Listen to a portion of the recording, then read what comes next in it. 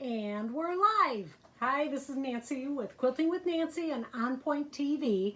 And it is later on a Saturday than normal. And the reason I mention that is this is kind of a part 2 to a video that I did about 4 months ago. And in that video, I'm wearing a sleeveless shirt and I talk about how wonderfully warm all the weather is in Michigan. And well, we're about 2 days before Christmas and it's a little chilly here and wet, and I wish we had snow, because snow, if I'm going to be cold, I would rather be cold with snow than cold with rain. So in my opinion, many people don't agree with me. In my opinion, I think it would be really great if we got dumped down like 12 inches of snow tonight, because it's only 2 days till Christmas. But I wanted to bring you back to the tumbling block video. So about 4 months ago, we did a video on how to make a tumbling block. I talked to you about setting, doing the setting seam, the Y seam on it, and I used a jelly roll. So this is a jelly roll, and here is another one. All right, so in the world of quilting, you may call this a design roll or a jelly roll. I'm not really sure who came up with the idea to begin with, but it's probably one of the most popular pre-cuts that you can buy. This, fat quarters, 10-inch squares, 5-inch squares, that kind of thing. Jelly rolls or design rolls are cut 2.5 inches wide into strips. So in that video, I talked to you about how to use the jelly roll for making your tumbling block. And the idea is that you sew the strips together and then you cut it on the 60-degree angle, press that seam open, and then you have the first 2 parts of your tumbling block done. So you're going to want to refer back to that video. I'm very specific on how it's done and doing your set-in seams. I show you my technique and Guyleen Fitzgerald's technique. A lot of people have watched that video and really like it, but in the video I talked to you about, and then you use these triangles and finish it. And that was about the end of it. So I thought maybe you would like to see how I actually did do that. So this is the quilt that we're working on. Now I know that for some people, this is just too busy. They're going to be like, Nancy, what are you thinking about using all those fabrics, all those colors? Well, I love it. It's just the way I roll. I love it when there's lots of colors. And I want you to look at like this block.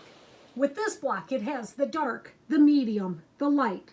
When you come up to this block, well, it's dark and kind of sort of medium and a little bit on the lighter side, but it's not really specific. I'm okay with that. These triangles here are cut from a separate fabric. And in the video, I show you what that's all about. But what I don't show you is this bottom edge. So this is the bottom edge of the quilt. All right, Athena, stay right there. I forgot my fabric. All right, this is the border fabric that I'm going to use. Now it's actually a really funky fabric. It's got like these jelly foil kind of things on there. I've had this fabric for just about forever, and I remember when I had to quilt with it, it was a pain because I couldn't quilt over that, but I'll deal with that when the time comes. But my intention is to lay this on top of that, and then I will machine applique the edge with a small zigzag stitch. So I like that because that means that the tumbling block gets to keep its shape on the bottom. The other way people do it is they'll just cut off that entire thing, and that just to me doesn't sound like fun at all. So I'm going to take you through the steps of making this kind of a finishing setting. Okay, so let's move this guy out of the way. Let's move my perspective border out of the way. And I want to pull in this fabric. Now this is a really, really cool fabric. I purchased this fabric in Mwanza, Tanzania. So I had the opportunity to go to Mwanza, Tanzania and work with Pastor Joseph there and teach the ladies how to sew. It was my true calling in life. I know that that's what God intends for me to do in my life. Well, when I was there, the big blessing was I got to go to a fabric shop, and it was amazing. So this is one of the fabrics I got. So this is the fabric that we're going to use for these triangles. And then you're also going to see the elongated triangle we'll use is with this. Now I'm not sure, can you get that? Yep. Glitter? Okay, isn't that the prettiest thing ever? I don't use much of the glitter in the quilt, but it's really fabulous. But these are the pieces I have left over. Not sure what I'll do with those. I'll think about that later. So what I did is after my tumbling block was done. So here is my tumbling block, this little guy. I had to figure out what size the triangles were to be on the edges of that so that I could piece each tumbling block like this.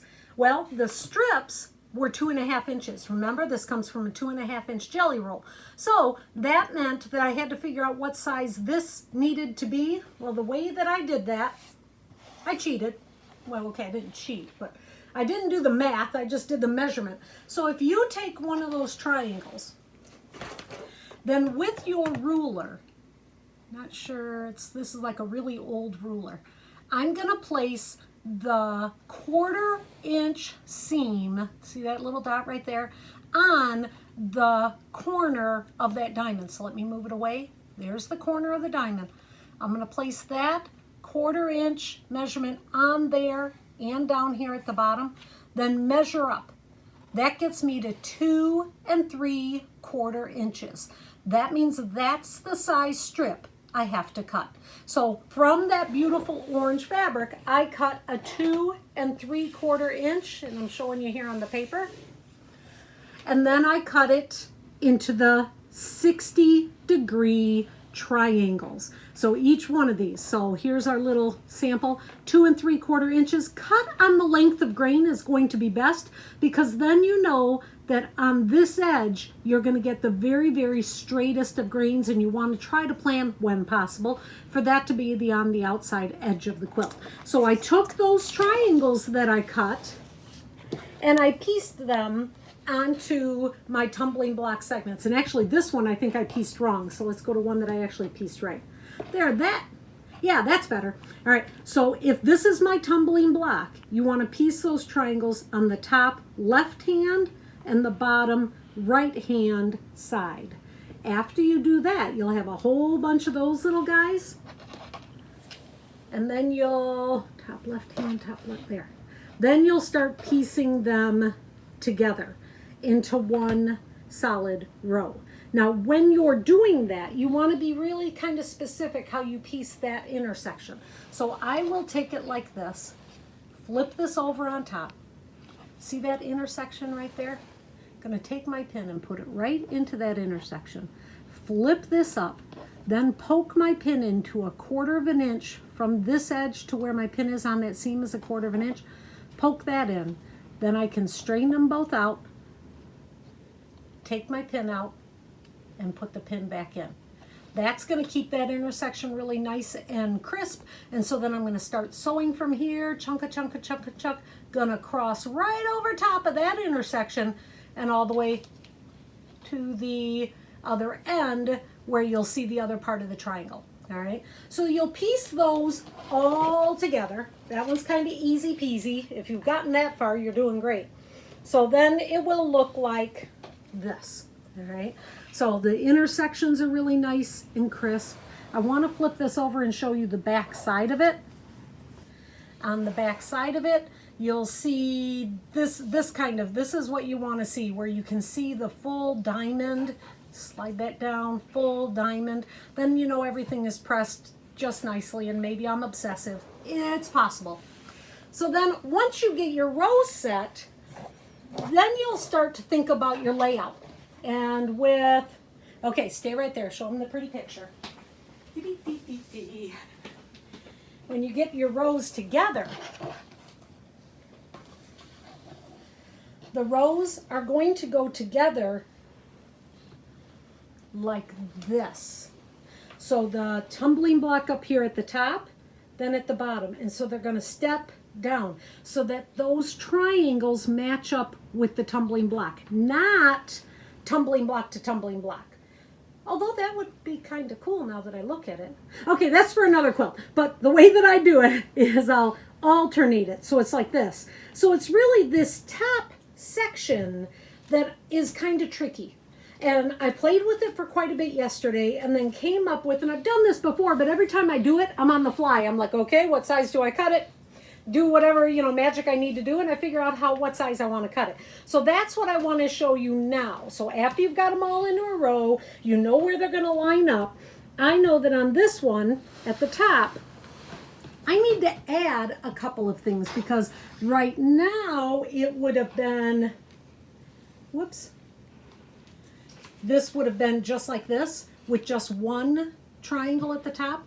I needed to add another triangle and then a long skinny triangle. Now my first thought was to add one of these funky triangles, I can't remember what it's called yet, and that it could fit right on there. And in theory, that worked. But I couldn't get it to piece right, and I don't know why. So had to go to plan F, because I tried many other plans before then. So what I decided to do was to add another triangle here, and then figure out what size I needed to fill this section. And that's where I came up with this measurement. So this is cut from a 2-inch strip of fabric, and I used the more glittery parts of that fabric because who doesn't want glitter? And then cut it with the 30-degree diamond. So this is the 30-degree angle on the ruler. And I tell you, this is one of those times that I loved this old ruler. This ruler, when I look at the back of it, it has my name and address from our old house, and we haven't been in our old house for 18 years. So that's just how long that I've had this Omni-grid ruler. What I love about it, let's flip it over so you can really see it, is it glaring? Is it okay? Nope, it's good. Okay. Is all of these angles. This is my favorite thing about Omni-grid rulers, is that they've got angles, and those lines go in both directions. So when you're turning it to figure out how to cut on that angle, it makes it, you can turn it this way and then that way and then this way and then that way, because it has those in both directions. So this is probably my favorite ruler. Honestly, like I said, I've had it for more than 18 years. You can see that it's been marked up a lot, and you can see that I've also lost a corner here, and someday I'll get myself a new one. Hey Athena, you want to get me something for Christmas? I do need a new 4x14 Omni-grid ruler, okay? Nothing like putting me on the spot. Okay, there we go. I'll tell you if she actually comes through for me or not. So that is the size piece that I had to cut using the 30-degree of my ruler. And then I took this guy. There he is. I took him and I pieced him. So here he is, that triangle, pieced onto the 60-degree triangle, pieced onto the 30-degree triangle, and then those would piece on to here. And again, I would do that same kind of thing as I would find a 1/4 inch on the seam, lift it up, and then you can see the point where the blue diamond right there. Gonna poke that right in there. Line it all up, hold it in place, put my pin, there we go. And so then I would go and sew that on, all right? But that's pretty much how to make the rows. But after you get the rows done, then you need to prepare the ends. You want to actually turn those ends over before you sew the rows together. So for that, we're going to go to the ironing board. So we're going to trek on over to the ironing board, which if you've been watching ever, you know that this can be a eventful occasion. All right, watch our steps. There's no kitties down here, so I think we're doing pretty good. All right, up the stairs we go. There. Can you see okay? Is it bright enough? Okay.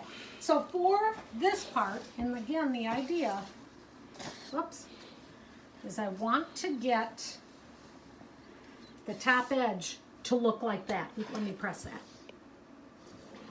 So I want that edge to be pre-turned on all the way. So from here, so I've got the straight to the diamond to the straight. So let's move this out of the way.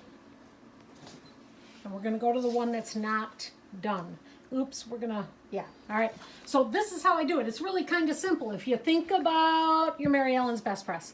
So I'm gonna use my Mary Ellen's Best Press. I also am gonna use my iron, but I'm gonna take the steam off my iron. I want a hot, dry steam because I want the pressing to dry faster. So I'm just going to spray right there on the edge.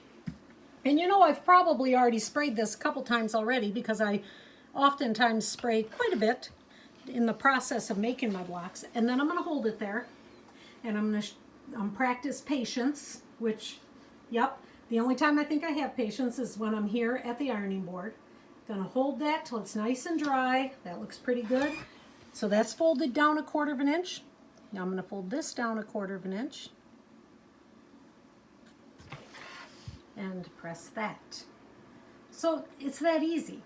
That's just pretty darn simple. Folding those down, pressing them until they're completely dry, and then you'll come to the other end. Let me get one. I already have one done. Oh, let me make sure he's dry. And on the other end, this is the one that I had the two 60-degree diamonds, triangles, and then the long, skinny 30-degree triangle. You want to fold that down and do the same thing with the best press, okay? And then you're ready to piece it. So for the piecing of it, be really extra cautious that your tumbling blocks are all going in the right direction. Why do I say that? Because, you know, I like 3 times had to take out an entire row because my tumbling blocks were not going in the right direction. And this is what I mean by that. Okay, this, yep, because, okay, nope, I need this other guy. Here, okay. So with the tumbling block, remember visually, you've got the dark, medium, light. Dark, medium, light, dark, medium, light. So when you're bringing the next row in, same idea, dark, medium, light, dark, medium, light. Don't get yourself caught doing it this way. Yep, been there, done that. All right, so it's gonna be this way. And these are your intersections. So now I'm gonna take this piece and I'm gonna flip it over on top, and I'm gonna start matching up seams. So the first one I'm going to match is this one right here, poking right into that intersection, finding the intersection below, hold it straight up and down, and then this is where I had to always do fudging, and it seemed to work every time. Oh, I know what I did wrong. Okay, do you see this? When I did this, oh, this is going to be so hard to see. This fold, that point. Okay, Athena, pull back a second. I'm going to press this flat, and then you'll be able to understand. So that 30-degree diamond that I made was bigger than it needed to be. When in doubt, make it bigger than it needs to be. You can always trim it off later, right? So this is what it looked like when it was pieced. So it was much bigger. It probably, I could have trimmed it off right there. But when I'm folding it down, I really want to fold it down so that the 1/4 inch is right here. So I'm going to fold it. I actually just had it folded to the tip of this intersection. That's not right. Bring it to this, 1/4 inch down, and bring it all the way across. And I'll do that. There. 1/4 inch farther than I had it before. Bring my iron in. And I already did spray size that, so it should still stay pretty crispy once I take my iron off. There. So now, when I bring this together, that's where I'm going to start sewing. That is 1/4 inch. So my needle on my sewing machine will start right there at that 1/4 inch. And I'll go forward and back and then forward again so that I've got a little bit of a secure knot there. And then continue sewing, finding all of my intersections as I go. And then you're going to press it out. And bada boom, bada bing, this is what you're going to have. So one row after the other. Should I show you the back side? Okay. So that's what the intersections look like. Everything comes together nice and clean. And then you're going to take that. I'm going to piece the sides. When it comes time to do my borders, I'm going to first piece on this side. I have no idea what I have here in fabric. So this will get pieced onto the side first. Then I will, I think I have one suit. Oh no, I've got 2 pieces, good. Then I'll take, after this side is on, measuring 3 times, all those things that I taught you in learning to quilt. Then this one goes on the top, and this will cover the edge. So you only piece this top here, then this is free, and you just bring this down on top, and use a zigzag on your sewing machine to do invisible machine applique. And so that's how it's going to look in the end. I think it's pretty cool. I'm not 100% sold on this foily fabric yet, just because I remember what a pain it was to quilt it, but I think this looks pretty good. So there you have it. That is how that would be my preferred tumbling block setting. There is quite a few different ways. You can just piece the tumbling blocks to the tumbling blocks and not have the orange fabric on the inside. It does make it a little bit harder to do it because then you're kind of doing, all your rows are set in seams. Maybe I'll show you how to do that sometime. So I hope you enjoyed that. Thank you for joining us on our live. If you have any questions, contact me at quiltingwithnancy@gmail.com. I did talk about putting on the borders and how to do that properly. To know how to do that properly, refer back to the borders videos for the Learning to Quilt series, and the book is available as an ebook or as a printed book on our website. And our website is www.onpoint-tv.com. There you can have access to all of the videos, and then you could look at the patterns and the book and the pin cushion that we have there for purchase. So I hope you enjoyed your time with us, and I wish for you all a Merry, Merry Christmas.